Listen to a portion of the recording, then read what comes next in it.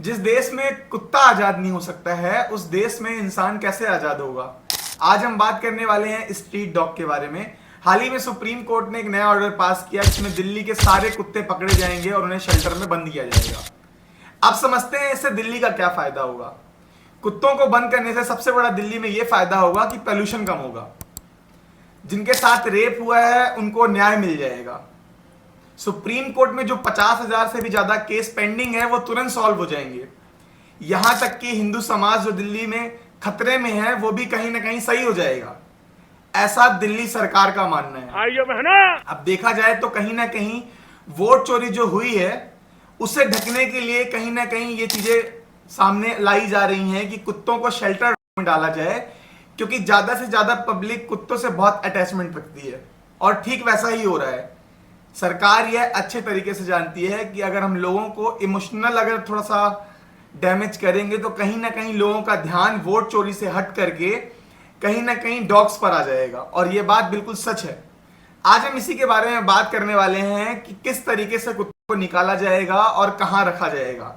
Supreme court के आदेश के अनुसार 8 हफ्तों के अंदर सारे कुत्तों को पकड़ा जाना है।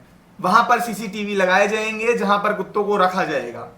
इसी के साथ साथ सरकार का कहना यह भी है कि अगर ये प्रोसेस में अगर कोई बीच में आता है तो उसके ऊपर भी कानूनी कार्रवाई की जाएगी। कहीं ना कहीं देखा जाए तो ये मुद्दे से भटकाने जैसा है। अब बात करते हैं हमारे देश के कानून की कि हमारा कानून कैसे लाचार बना बैठा हुआ है।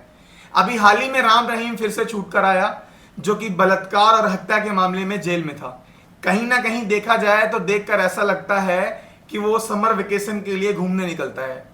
यहां पर सरकार बिल्कुल आंख बंद कर बैठती है और उसे बिल्कुल खुला छोड़ देती है। एनसीआरबी का आंकड़ा यह भी बताता है कि 5,73,220 कैदियों में से 4,34,302 कैदी अंडर ट्रायल हैं और उन पर लगे आरोप अभी तक साबित नहीं हुए हैं, फिर भी वो कस्टडी में हैं। लेकिन कुछ अपराधियों के लिए जेल एक समर वेकेशन जैसा है कि जब मन चाहा चले गए, जब मन चाहा चले आए। तो कहीं ना कहीं देखा जाए तो हमारा कानून दो तरीके में बटा हुआ है, अमीरों के लिए अलग और गरीबों के लिए अलग। कहीं ना कहीं देखा जाए तो हमारे देश की न्याय व्यवस्था कैसे घुटने में बैठी हुई है ये साफ समझ में आता है। पर हमें उससे क्या, हमें कुत्ते पकड़ने हैं, स्ट्रीट डॉग पकड़ना है। 14 मार्च 2025 को फायर ब्रिगेड के पास कॉल आती है और दूसरी तरफ से आवाज आती है कि यहां पर आग लग गई है, आप जल्दी आ जाओ। फायर ब्रिगेड वाले जब वहां पहुंचते हैं तो आग बहुत तेज रहती है। फायर ब्रिगेड वाले आग को कंट्रोल करते हैं और घर के अंदर घुसते हैं चेक करने के लिए कि कहीं आग अंदर भी तो नहीं। जैसे ही नोटों के बंडल अंदर दिखते हैं जो कि जले हुए होते हैं, कहीं ना कहीं फायर ब्रिगेड वालों को समझ में आ जाता है कि कुछ तो यहाँ पर गड़बड़ है।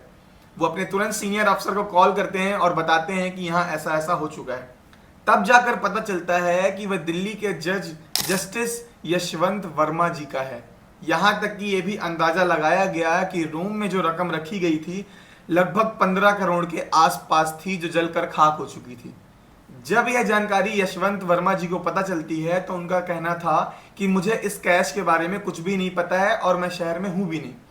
ताजुब की बात यह है कि इसकी ना तो कोई सीसीटीवी फुटेज थी और जो भी फाइल सामने रखी गई उसमें यह प्रूफ कर दिया गया कि घर पर कोई कैश था ही नहीं, जो कि एक तरीके से पूरा झूठ था। इन्वेस्टिगेशन में यह भी पता चला कि कई लोगों ने नोट के जले हुए टुकड़े भी देखे। वहां पे जो सफाई कर्मी थे उन्होंने भी बताया कि नोट के टुकड़े हमने सुबह देखे हैं। पर यशवंत वर्मा जी का कहना यह था कि मेरे घर पर कोई कैश था ही नहीं, मैं तो ऑनलाइन यूज करता हूं। यह सब देखकर कहीं ना कहीं यह समझ में आता है कि हमारा कानून दो तरफ बटा हुआ है, अमीरों के लिए अलग है और गरीबों के लिए अलग है। पर हमें उससे क्या, हमें तो कुत्तों को पकड़ना है। आई होप कि आपको वीडियो पसंद आई होगी। वीडियो पसंद आया तो चैनल को लाइक करिए, सब्सक्राइब करिए, शेयर करिए। Thank you.